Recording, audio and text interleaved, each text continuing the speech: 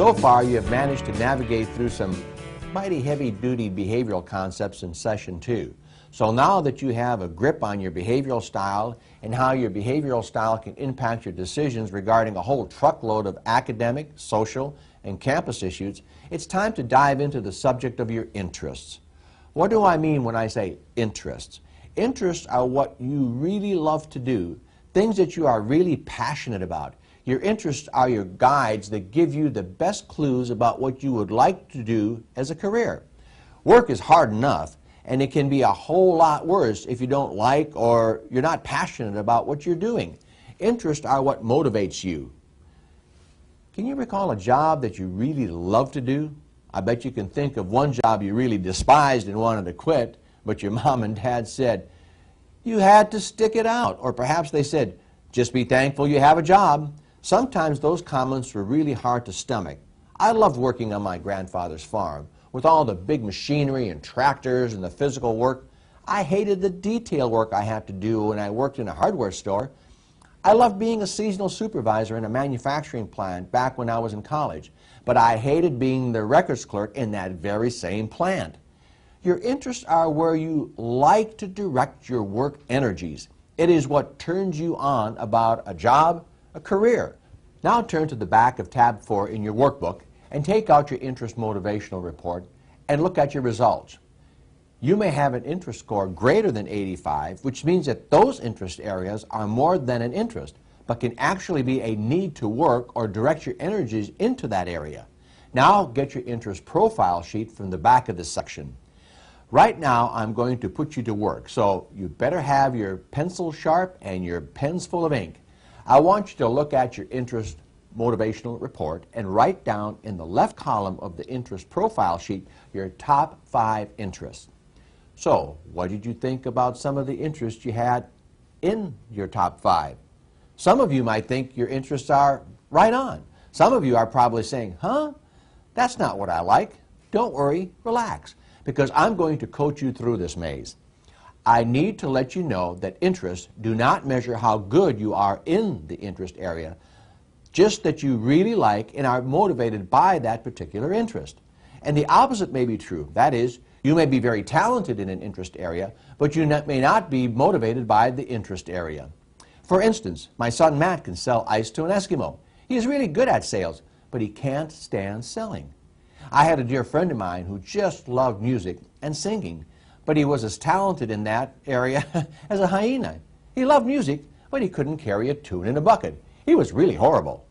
Likewise, a high school bud of mine was an A+ math, physics, and chemistry student. Everyone thought old Douglas was going to be an engineer of some sort. I found out years later that he hated all of those subjects and ended up being a very successful accounting manager.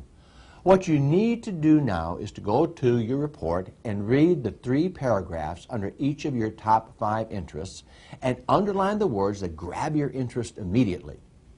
The first paragraph describes the type of course you may enjoy in college or school of your choice.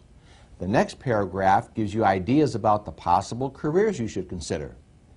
And the last paragraph gives you some hobbies you would be interested in. Before you start, let's go through one interest area together and get the hang of what you need to be doing and looking for. Let's look at the artistic interest. Underline the words that might attract you in the artistic area. Now read the second paragraph and underline only those career areas that you think are your cup of tea. Finally, cruise down to the last paragraph and underline the hobbies that you would find interesting.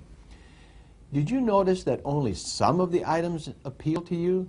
That means that there are only some of the artistic interests that can really turn you on. For me, I like thinking up and designing new things, but I like that as it relates to training and assessments and people things. For you, it may be true artistic work like sculpting and drawing and painting or using unusual mediums. Hey, those areas do not interest me at all. According to my report, I would like a career in the various design areas or even architecture. And for a hobby, landscaping or designing a home would really float my yacht. How about you? If you have a high artistic score, I'll bet you are really digging this whole interest area.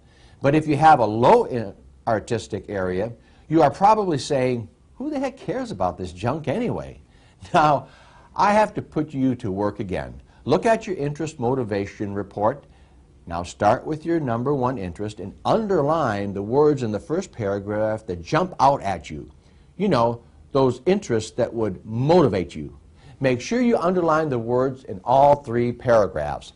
Now that you have underlined the words, go to your interest profile sheet and write down in the Discovery section those keywords you underlined in each paragraph. Also, write down the courses and career thoughts you have related to your top interest area. By writing down your career areas, you are getting a significant head start on career possibilities before you even get to school. Now, do this for your remaining top 4 interest areas. Don't be surprised if you are motivated by courses or careers that are your 3rd, 4th, or 5th in line. You may be saying to yourself, hey, how does that happen? Easy answer.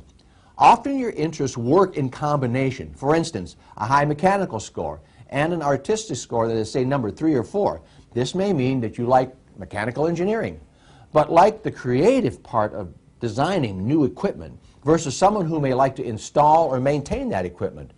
That should help you understand how you may use a combination of interest areas to decide on a career that motivates you the most. Now, go ahead and complete your interest profile sheet, and in the next session, we will put all of this information together to create your academic transition plan.